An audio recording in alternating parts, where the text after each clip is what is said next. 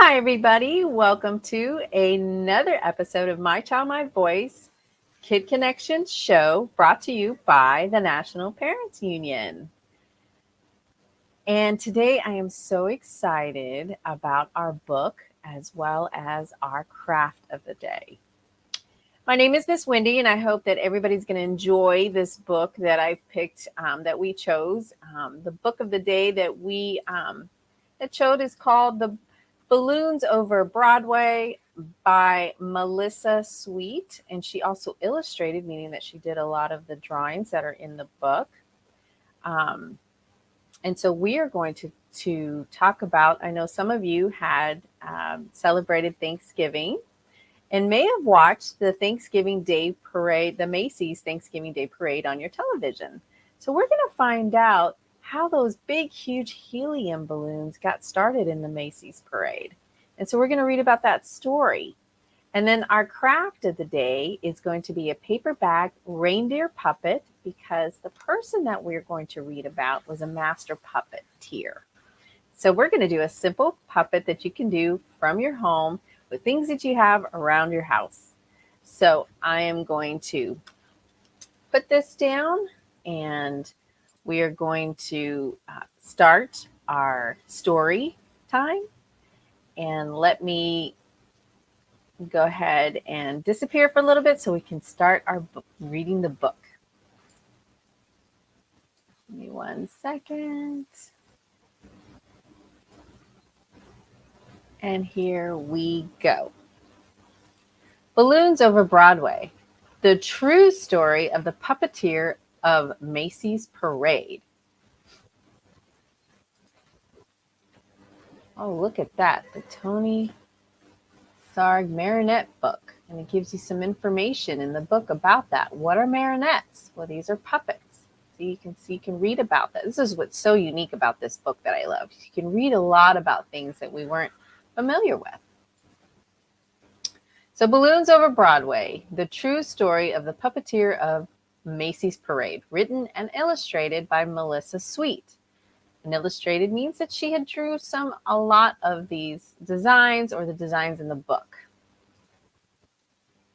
And then here is Anthony Tony Frederick Sarg. And this is the actual puppeteer that you see here.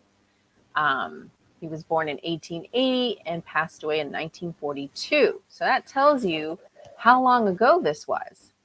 And I love the quote that's in the book that he says, "Every little movement has a meaning of its own." Let's get started.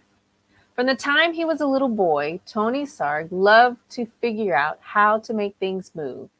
He once said he became a marionette man when he was only 6 years old.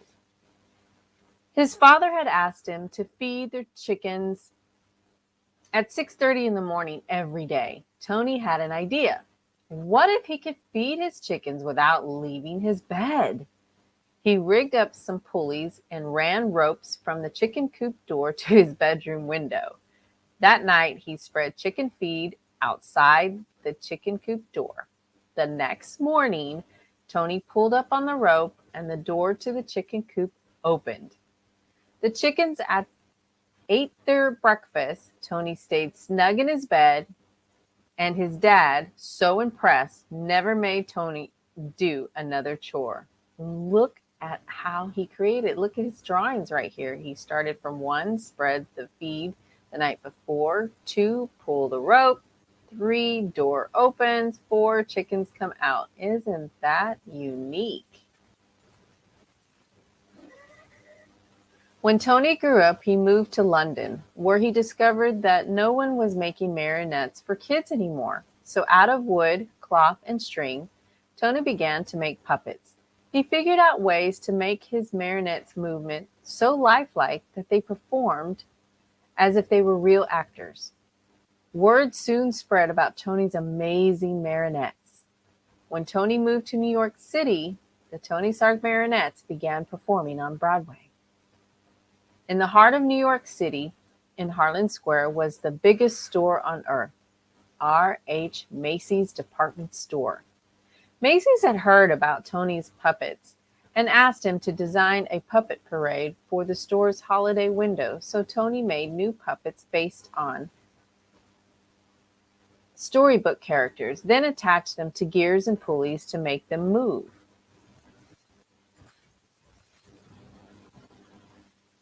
In Macy's Wondertown windows, Tony's mechanical marionettes danced across the stage as if it's magic. All day long, they performed to shoppers, jousting for a better look. But Macy had an even bigger job in store for Tony. Many of the people working at Macy's were immigrants, and the holidays approached. They missed their own holiday tradition of music and dancing in the streets. Macy's agreed to put on a parade for the employees, and they hired Tony to help. Tony was an immigrant. Tony too was an immigrant. So he loved the idea of creating a parade based on street carnivals from all over the world. He made costumes and built horse-drawn floats, and Macy even arranged to bring in bears and elephants and camels from the Central Park Zoo. The animals joined hundreds of Macy's employees on Thanksgiving Day in 1924. Winding their way from Harlem to Harlem Square, it was a dazzling parade. In fact, Macy's first parade was such a success that they decided to have one every year on Thanksgiving Day to celebrate America's own holiday. Look at all of that. Each year, the parade grew, but when Macy's brought in lions and tigers, in addition to the bears, elephants, and camels, the animals roared and growled and frightened the children. Tony, can you think of something spectacular? That's where R.H. Macy's asking him. See him here? And here you see Tony. Okay. Macy asked Tony to replace the animals. Tony hoped to replace animals with some kind of puppets, but his marionettes were less than 3 feet tall. He would have to make a much larger puppet in order for them to be seen in the parade. And how could he make them strong enough to hold up in bad weather, yet light enough to move up and down the streets? Tony knew of a company in Ohio that made blimps out of rubber, the perfect material for any weather. When he called the company and showed them his sketches, they agreed to make what Tony wanted. Still, how would Tony make a big puppet move? Then Tony had an idea from his Indonesia rod puppet in his toy collection. See that right there? On Thanksgiving Day, Tony's creatures, some as high as 16 feet, spilled into the streets, and the crowd cheered wildly. Part puppet, part balloon, and their air-filled rubber bags wobbled down the avenues, popped by wooden sticks. Look at that amazing scene. But now the sidewalks were so packed with people that only those in the first few rows could really see the parade. Tony realized his puppets would have to be even bigger and higher off the ground. And although the sticks had helped to steer the puppets, they were stiff and heavy. Tony wanted his balloons to articulate, to move and gesture, more like puppets. But how? With a marionette, the controls are above and the puppets are hung down. See how he's trying to decide? Look on his right and his left. But what if the controls were below and the puppets could rise up?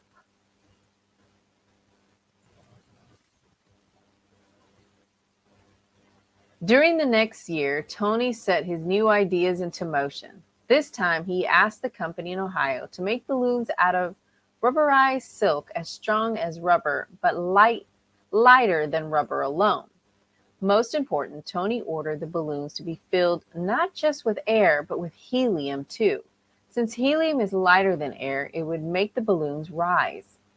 Once the puppets were completed, they were deflated and shipped back to Tony in New York. Tony did not know if everything would go as planned. You see him thinking here? It was still dark on Thanksgiving morning when Tony filled the balloons with helium, tethering them down with sandbags. By 1 p.m., the sidewalks were packed with people ready for the parade. Then, one by one, Tony cut the lines to the sandbags. Let's have a parade.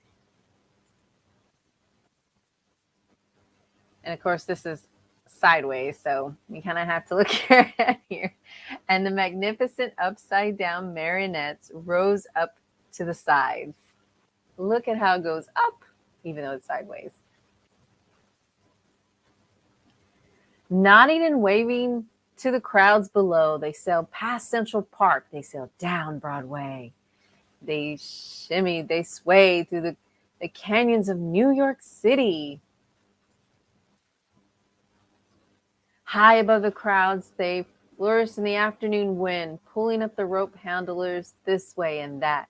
Yet with every heave and hoe, the balloons gestured and articulated like wild puppets, and the crowd screamed for more. After the balloons were eased under the L, they ended up in front of Macy's at Tony's Wondertown windows. And L means a subway system. It was a parade New Yorkers would never forget.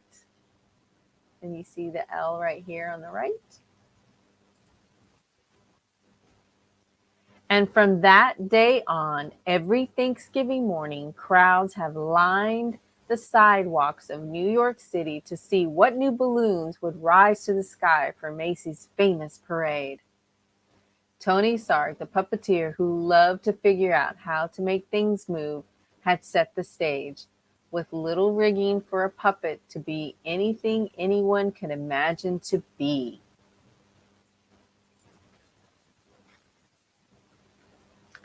And that's the end of our story time. But what I love about this book is the author's notes. And back here, you can read about Tony, a few words about the art, the characters that he had created.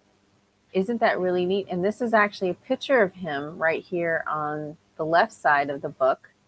You see where he had created his first one.